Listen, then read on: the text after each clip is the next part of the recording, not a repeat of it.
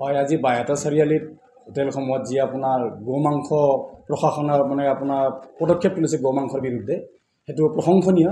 কিন্তু তাৰ লগতে মই আমাৰ সংগঠনৰ ফালৰ পৰা এটা কথা ক'ম, 2021 বৰ্ষত এখন কেটেল প্ৰিজাৰ্ভেশ্যন এক্ট 2021 আহিছিলে, যি ফলত কি আপোনাৰ যিবোৰ হিন্দু জনবসতি বা অন্য ধৰ্মৰ জনবসতি লোক বেছি আছে, সংখ্যাগৰিষ্ঠতাটো বেছি আছে, সেই স্থানসমূহত লগতে যিবোৰ মঠ মন্দিৰ আছে তাৰ পৰা 5 কিলোমিটাৰ নিলগত কি এই গোমাংসবোৰ বিক্ৰী কৰাৰ এটা প্ৰথা এখন আইন এখন বনাইছিলে।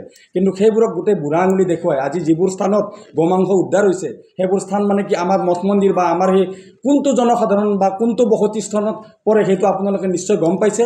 গতিকে প্ৰশাসনলৈ এটাই কি আমাৰ দাবী যে আজি যেনেকৈ এইবোৰ আপোনালোকে কামটো কৰিছে, এইটো সুন্দৰ এটা পদক্ষেপ, ভাল কাম এটা কৰিছে।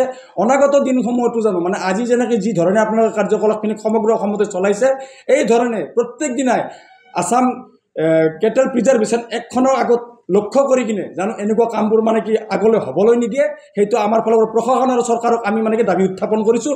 আৰু লগতে অনাগত দিনত গো হত্যা আৰু এইবোৰ গৌৰ যিবোৰ অস্তিত্ব মন্দিৰ মঠ মন্দিৰসমূহত পেলাই ৰাখে, এইবোৰো বন্ধ হ'ব লাগে। আৰু ইয়াৰ লগতে সনাতনী ৰাইজৰো এটা মনত আপোনাৰ ভাল চিন্তাধাৰা জাগিব। আজি কোনোবা আইনখনৰ ফাইদা লাভ, আইনখনৰ লাভ উঠাই আছে আৰু কোনোবা এইখনক লৈ কিনে প্ৰশাসনৰ দৃষ্টিত বেয়া মানুহ হৈ আছে বা বেয়া লোক হৈ আছে। গতিকে আইন লাগু হ'লে সকলোৰে হ'ব লাগে, তলৰ পৰ্যায়ৰো আৰু ওপৰৰ পৰ্যায়ৰো। ইয়াৰ এইটো বেপাৰৰ শ্ৰেণীত এইটো আনিব নালাগে। ধন্যবাদ।